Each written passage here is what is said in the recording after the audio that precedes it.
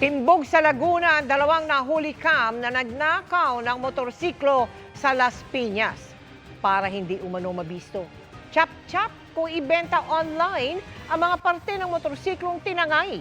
Nakatutok si John Consulta. Exclusive! Kayo ay nakaalala ko ng karapatan na gawin ng pag nakakarnap ng motora kasi ay may karapatan na manahimik. Huli sa akto ang dalawang lalaking ito habang ibinebenta ng bagsak presyo sa Calamba, Laguna ang motorsiklong tinangay umano nila sa Las Piñas. Chinap-chap at chassis na lang ng motorsiklo ang inabutan ng HPG.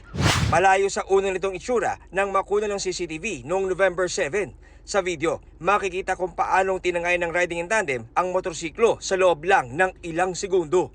Pagkalipas ng ilang araw, kinutuban daw ang may-ari ng ninakaw na motorsiklo nang may makitang post sa social media. Habang nag-scan itong si biktima sa social media, nakita niya sa marketplace ng Facebook na binibenta yung mga parts ng kanyang sasakyan.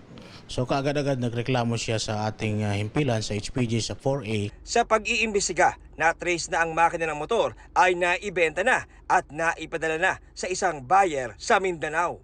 Sabi ng mga suspect na naipadala na nila through online selling. Na recover natin itong makina sa Malaybalay, Bukidnon. Kailangan maibalik ulit dito yung makina at madala natin sa crime lab for macro-etching para mas matibay ang ating ebidensya. Karamihan ay may mga naghahanap ng mga parts lang yung kanilang kailangan. So mas madaling maibenta by parts din kaysa buo. Kinasuhan natin ng violation ng 10883 or anti-carnapping law. Sinusubukan pa namin makuna ng pahayag ang mga suspect na nakapagpiyansa na. Paalala naman ng HPG, lalo't magpapasko na.